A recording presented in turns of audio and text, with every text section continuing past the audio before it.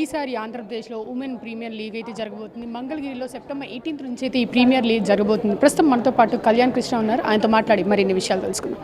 So women premier league September 18 నుంచి start అవుతుంది. దీని గురించి మరిన్ని విషయాలు చెప్తారా?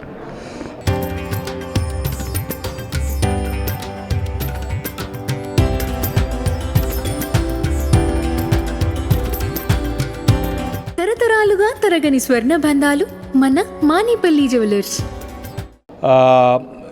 అంతకుముందు గతంలో కూడా మాట్లాడాం. ఎప్పుడైతే women's Andhra premier league franchise model చేయాలనుకున్నామో అప్పుడు ఇమీడియట్గా మేము ఎక్స్ప్రెషన్ ఆఫ్ ఇంట్రెస్ట్ అడగటం జరిగింది. 4 టీంల కోసం 12 మంది పోటీ పడ్డారు. సో ఫైనల్లీ 4 టీమ్స్ అనౌన్స్ అయ్యాయి. 4 టీమ్స్ కూడా చాలా ఇంట్రెస్ట్ చూపించి ముందుకు రావడం జరిగింది. అండ్ ఇందులో ముఖ్యంగా గొప్ప విషయం ఏంటంటే గతంలో నార్మల్గా ఏదో లీగ్ మ్యాచెస్ లాగా జరిపేవాళ్ళం. ఆడపిల్లలందరూ కూడా దే యూస్ టు ప్లే. అక్కడే శ్రీచర్ని లాంటి ప్లేయర్ కూడా షైన్ అయింది.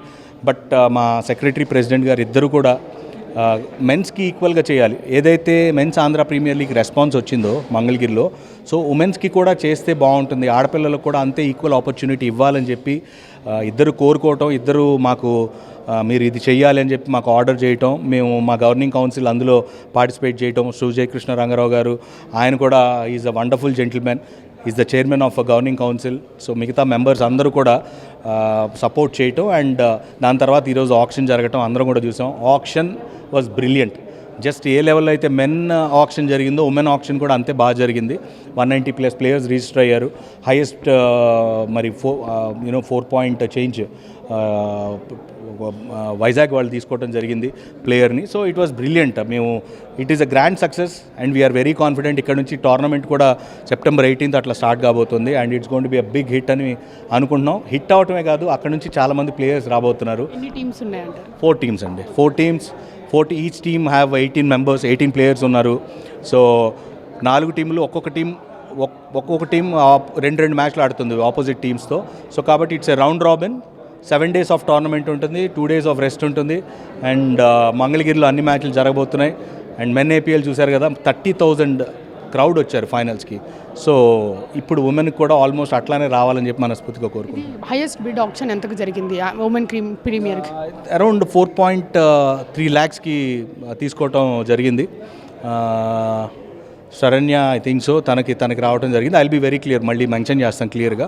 సో ఎక్స్పెక్ట్ చేయలేదు యాక్చువల్లీ.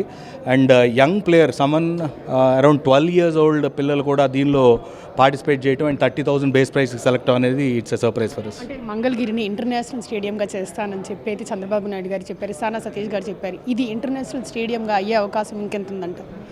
ఎవ్రీథింగ్ ఈజ్ రెడీ అండి.